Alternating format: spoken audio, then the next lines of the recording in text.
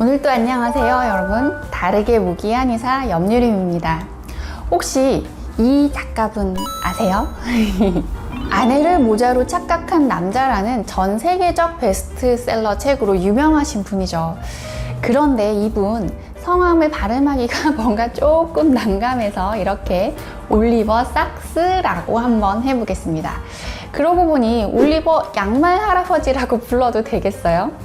이분은 1933년생인데 저는 10년 전에 아내를 모자로 착각한 남자로 입문하여서 이분이 쓰신 대부분의 책을 읽었고 존경하는 마음을 담아 양말 할아버지의 팬으로 남아 있습니다.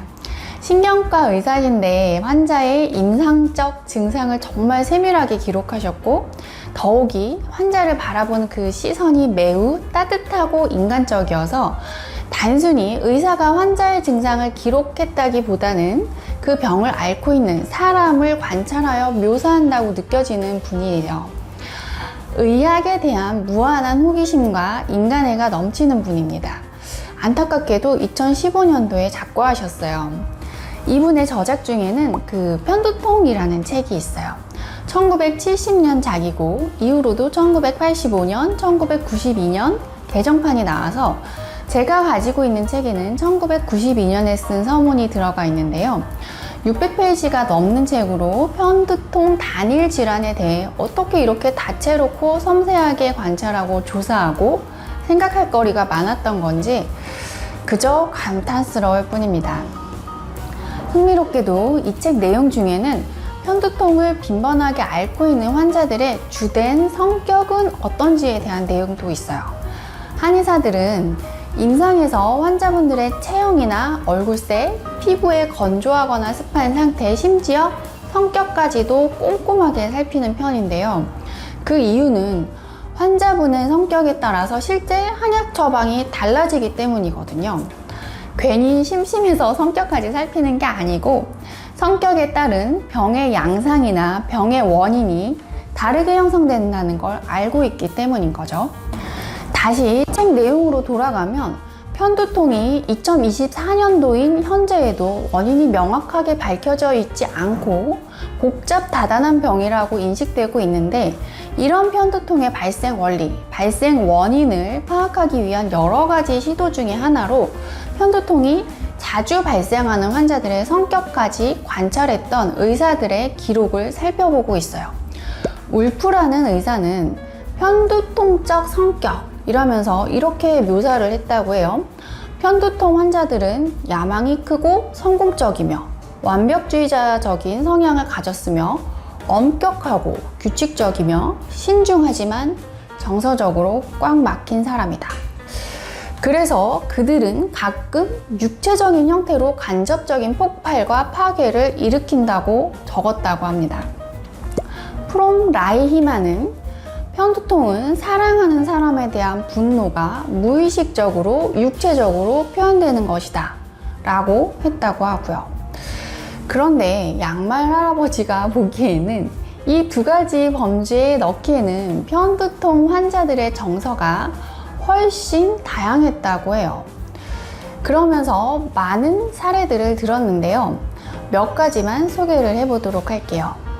17살부터 일주일에 두세 번씩 편두통을 겪는 40대 수녀분이 있었는데 1년에 딱 한 달 휴가를 가 있는 동안에는 단 한 번의 편두통도 생기지 않았다면서 이 활동력 강한 스타일의 여성인데 강한 의무감과 이타심으로 종교 생활을 하면서 솔직한 감정 표현을 하지 못하는 그 수녀원 생활이 편두통의 원인이 되었을 거라고 할아버지는 얘기하고 있어요.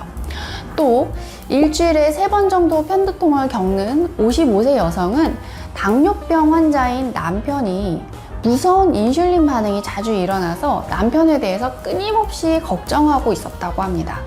이 남편분이 인슐린 용량을 정확하게 주사하지 않고 진작으로 용량 조절을 하고 있었던 거여서 양말 할아버지가 남편을 설득하여서 정확하게 용량 조절을 하도록 하자 이 아내분의 편두통은 현격히 줄어들었다면서 이 여성은 자신의 편두통 발작을 통해서 남편의 고통을 함께 느끼고 싶었던 거라고 해석할 수 있다고 적고 있어요. 그리고 아주 영특하고 까다롭고 어렵지만 무척이나 사랑하는 청소년기의 아이를 셋이나 가진 46세 여성은 아이들이 사춘기에 들어서면서 일주일에 2번 이상 편두통을 일으켰는데, 아이들이 여름이 되어서 청소년 캠프를 떠나는 3달 동안은 편두통이 없어졌다면서 어머니로서의 사랑과 걱정이 과민성 폭탄으로 변했던 거라고 해석을 해놨어요. 하나만 더 예를 들자면 전도 유망하고 지칠 줄 모르는 야망을 가진 35세 남성은 밤낮 없이 주말에도 일을 했는데 일요일마다 심한 편두통으로 잠에서 깼고 그날만큼은 일을 하지 못했다면서 울프가 말한 편두통적 성격에 해당하는 케이스로 일요일 편두통이 그에게 생리적인 안식일 역할을 했던 거라고 적고 있어요. 그러면서 결론적으로 양말 할아버지는 정서적 스트레스와 많은 다른 종류의 고통을 표현하기 위해 편두통이 채택되었을 거라고 말하고 있는데, 저는 개인적으로 어떤 특정 질환이 정신적인 고통의 표현이라고 하는 이런 정신과적인 해석은 그다지 좋아하지 않지만, 제가 만나본 편두통 환자분들도 대부분 저마다 힘들고 바쁜 일이나 오래된 개인 가족사로 스트레스에 시달리는 분들이었고, 이런 편두통 환자분들을 치료하면서 저의 그 별것 아닌 조언, 무겁지 않으면서 따뜻한 관심으로서의 가벼운 대화, 이런 것들이 분명 그 환자분들의 편두통 호전에 기여를 했다고 생각하고 있습니다.